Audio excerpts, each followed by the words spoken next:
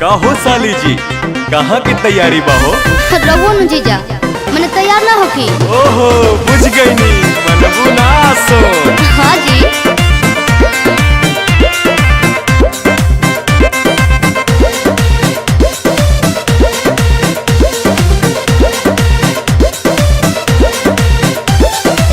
जातारू माई के दर्शन तू करे, हाँ जी। काहे के लगलू है साजे सवारे।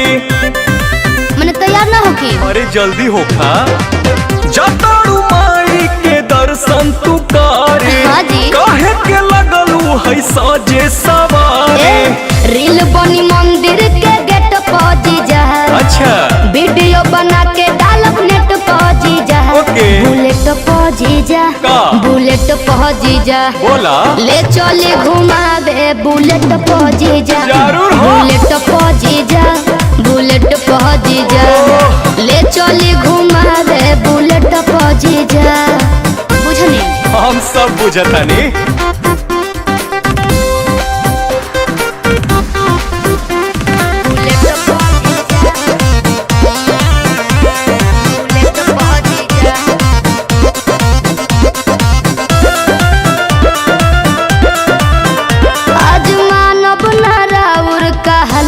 जीजा सूट पहन के तैयार बनी ललका जीजा। अच्छा ठीक बा।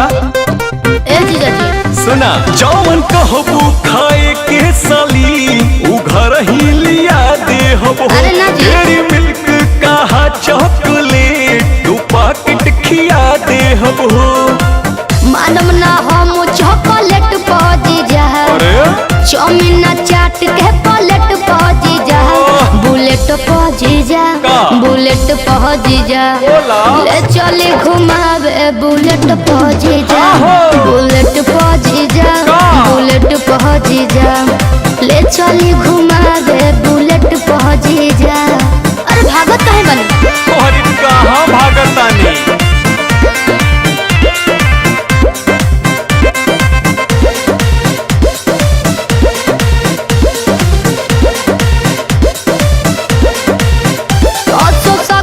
पंडाल में घुमा दी जी। हाँ। जीजा बिमल से ये श्रद्धा पूरा दी जी।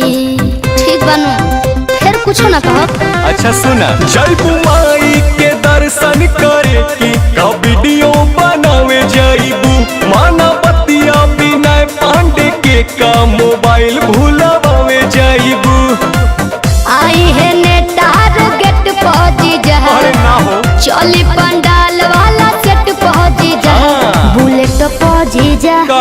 बुलेट पहुंची जा, बोला ले चली घुमावे बुलेट पहुंची जा। के बा? बुलेट पहुंची जा, बुलेट पहुंची जा, ले चली घुमावे बुलेट पहुंची जा। बुझनी? अच्छा तो चला।